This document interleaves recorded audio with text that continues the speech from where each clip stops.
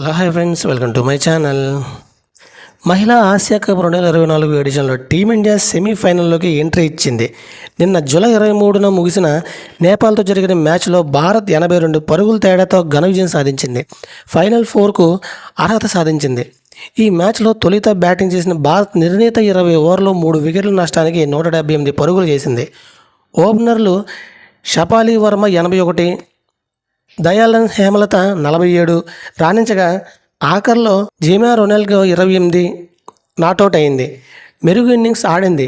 Nepal బౌలర్లో సీతారన్ monger 2 వికెట్లు పడగొట్టగా కబీతా జోషిఫ్ ఓ wicket దక్కించుకుంది. అనంతరం భారత లక్ష్యాన్ని ఛేదించేందుకు బరిలోకి దిగిన నేపాల్ భారత్ బౌలర్లందరూ ఆ దాటికి నిర్ణీత ఓవర్లో 9 వికెట్ల నష్టానికి 96 పరుగులు మాత్రమే చేయగలిగింది. దీప్తి శర్మ 4-0-13-3, రేణుకా సింగ్ 4-1-15-1, తనుజ కన్వర్ 4-1-12-0, అరుంధతి రెడ్డి 4-0-28-2, రాధా యాదవ్ 3-0-12-2 నేపాల్ని ముప్పుతిప్పలు పెట్టారు.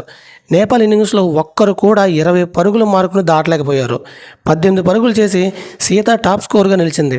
ఈ గెలుపుతో భారత్ గ్రూప్ ఏ అగ్రస్థానంతో ముగిసింది. నిన్న జరిగిన మరో మ్యాచ్లో పాకిస్తాన్ యూఏపై ఘన విజయం సాధించింది. గ్రూప్ ఏ నుండి సెమీస్కు అర్హత సాధించిన రెండో జట్టుగా నిలిచింది. గ్రూప్ బి విషయానికి వస్తే ఈ గ్రూపులో ఏ జట్టు ఇప్పటి వరకు అధికారికంగా సెమీస్కు క్వాలిఫై కాలేదు.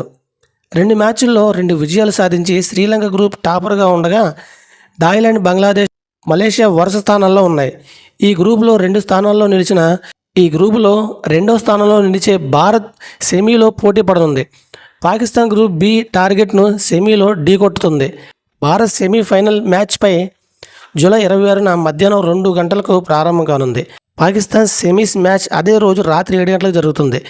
ఇది ఫ్రెండ్స్, వీడియోస్ లైక్ చేయండి, షేర్ చేయండి, తప్పకుండా మన ఛానల్ సబ్స్క్రైబ్ చేసుకోండి. Thank you watching friends. By by.